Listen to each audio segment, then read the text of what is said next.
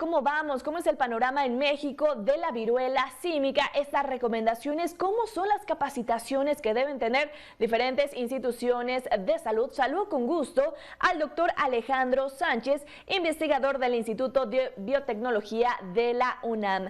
Alejandro, buenos días. Lidia, un saludo a ti y a toda la auditoría. Alejandro, preguntarte, ¿México ha evitado adecuadamente la propagación de la viruela del mono y saber el número de casos que tenemos hasta el momento? Pues mira, ahorita la propagación ha sido a nivel mundial, ya como lo han mencionado antes.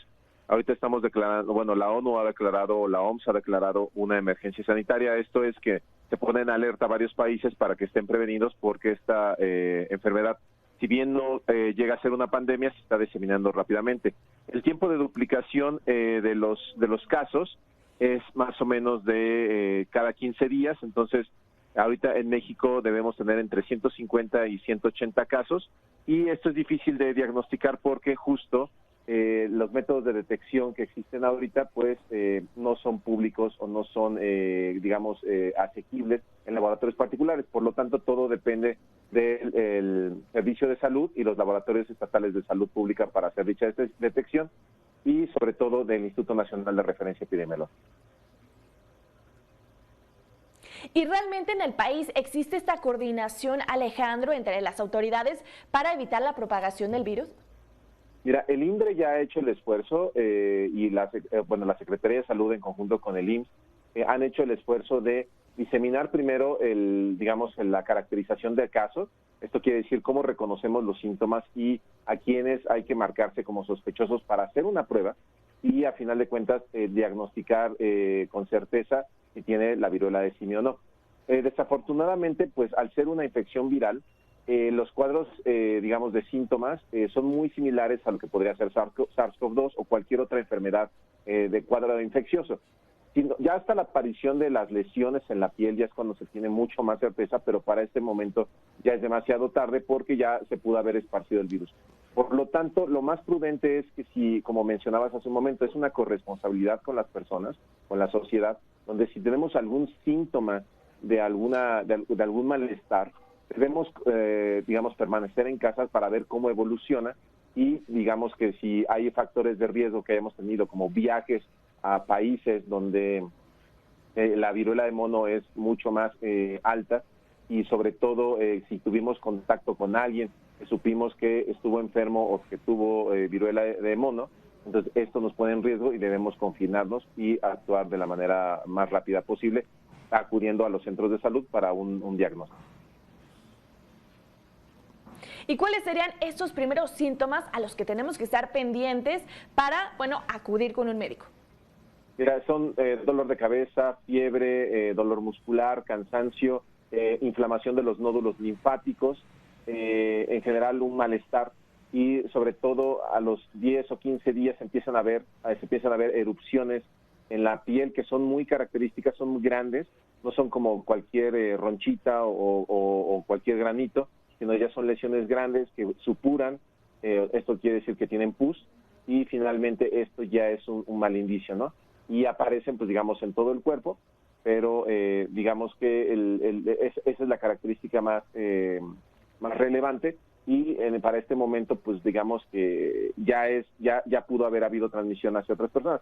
Por lo tanto, desde los primeros síntomas hay que confinarse, porque si no es viruela de mono puede ser SARS-CoV-2, pero en ambos casos o en cualquier caso de enfermedad infecciosa, lo más prudente es no estar en convivencia ni en contacto con otras personas si me siento mal, si me siento enfermo, o con síntomas sostenidos de más de 24 horas. Y escuchábamos, por ejemplo, en Durango, en su aeropuerto, están capacitando a diferentes instituciones para detectar esta viruela. ¿De qué va la capacitación, Alejandro? Pues mira, yo creo, no lo conozco, o sea, de hecho lo acabo de escuchar ahorita que lo estabas diciendo, pero me imagino que la capacitación debe ser esta caracterización de caso, o sea, reconocer a las personas. Me imagino que evaluar de la procedencia del vuelo de las personas que están llegando, sobre todo si vienen de Estados Unidos, que ahorita se ha vuelto un epicentro de viruela de simio, dependerá de la ciudad y esto, pero finalmente está muy diseminado ya en Estados Unidos. Y finalmente, pues sí, obviamente Si hay una persona que ya viene con fiebre o algo así, pues se le tiene que recluir, tomar una muestra, mandarla al INDRE y tomar sus datos para hacer la epidemiología.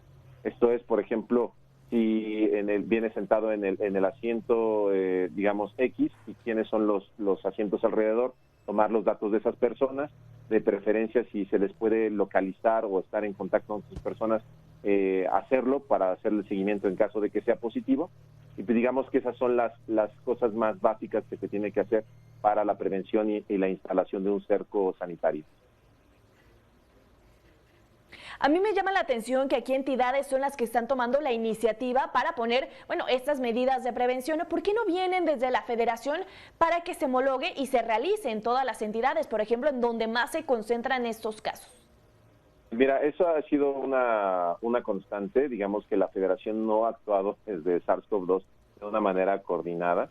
Me parece que los mensajes del gobierno le han faltado fuerza y han minimizado un poco esta enfermedad o en este caso esta emergencia sanitaria, y pues digamos que lo que pueden hacer es simplemente mandar mensajes más fuertes para que la población esté mucho más consciente, pero sobre todo, como decías, ¿no?, en coordinación con el INDRE, que realmente es donde a veces recae todo el esfuerzo, unir más instituciones de salud para que se pueda hacer un mejor diagnóstico, sobre todo la logística del envío de las muestras.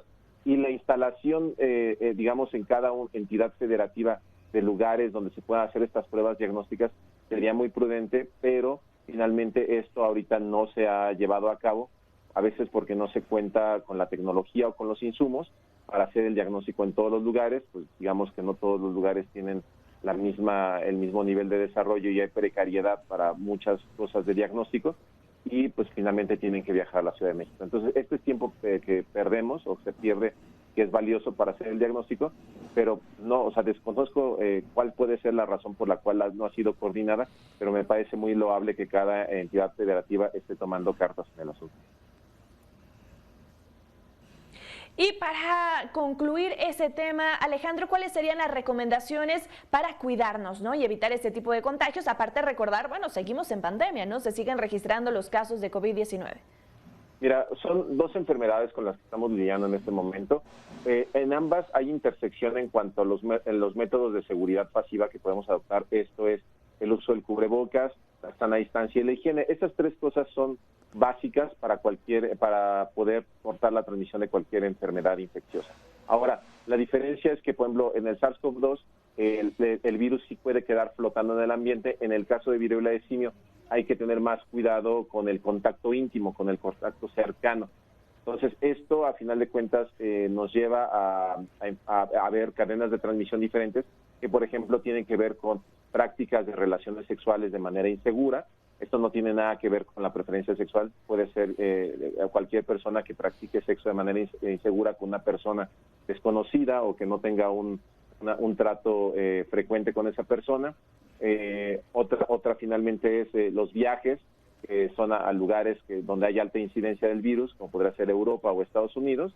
Y finalmente, como te decía, reconocer estos síntomas, decir, bueno, si ya me siento mal por más de 24 horas, ya tengo una enfermedad infecciosa. Y esto, pues, pensando en todos los criterios que les acabo de decir, tengo algún viaje reciente o algún contacto con alguien que viajó, o finalmente, pues en el caso de SARS-CoV-2, si estuve en algún lugar muy, digamos, muy concurrido y que estuvo mal ventilado, pues ya hay sospechas, ¿no? Entonces hay que resguardarse, hay que confinarse, y finalmente para esto entiendo que hay muchas dificultades porque digamos que las incapacidades no son fáciles de tramitar y no son por el tiempo que se requeriría para contender con estas enfermedades, sobre todo en el caso de viruela de simio, que tiene un desarrollo muy lento de hasta 14 o a 21 días, ¿no? Entonces, la conciencia aquí es básica, donde finalmente en síntomas sostenidos por más de 24 horas hay que confinarse y ver cómo se evoluciona.